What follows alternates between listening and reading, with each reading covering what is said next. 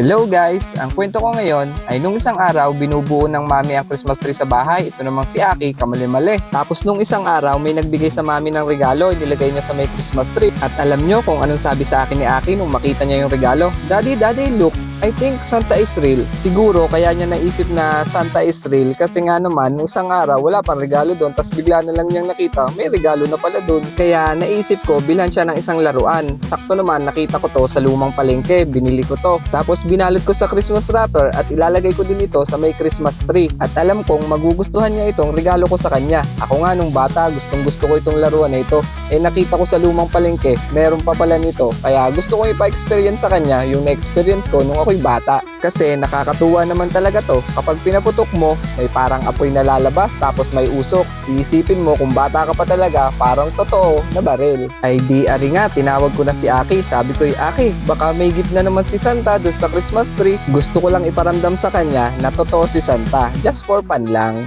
Ay siya, hanggang dito na lang ang kwento ko guys. Salamat palagi sa pakikinig sa mga kwento ko. Hanggang sa muli. Bye bye bye. Again, again. Again. Oh, again. Oh. No, you press. Oh.